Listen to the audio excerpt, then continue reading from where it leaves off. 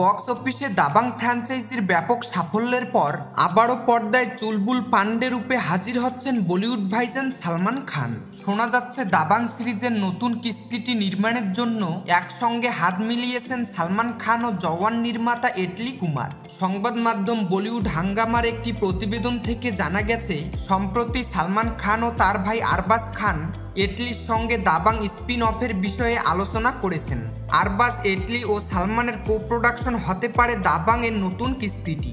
তবে এবার হয়তো পরিচালনায় থাকছেন না এটলি কুমার, তিনি এবার থাকবেন সিনেমাটির চিত্রনাট্য এবং স্ক্রিপ্ট লেখার দায়িত্বে। প্রতিবেদনটি থেকে আরও জানা গেছে, দাবাং এর নতুন কিস্তিটির জন্য যদিও এখনো পর্যন্ত চুক্তিবদ্ধ হননি এই নির্মাতা, তবে শীঘ্রই এই বিষয়ে এটলি তার সিদ্ধান্ত জানিয়ে দেবেন বলে জানা গেছে। দাবাং স্পিন অফে যদি এটলি যোগ দেন তাহলে এটি হবে একটি প্যান ইন্ডিয়া ফ্র্যাঞ্চাইজি। দাবাং সিরিজে সালমানের বিপরীতে অভিনয় করতে দেখা গেছে বলিউড অভিনেত্রী সোনাক্ষী সিনহাকে। ছবিটিতে সৎ ভাই মাখন চান্দ মক্ষী পান্ডের চরিত্রে অভিনয় করেছেন আরবাজ খান।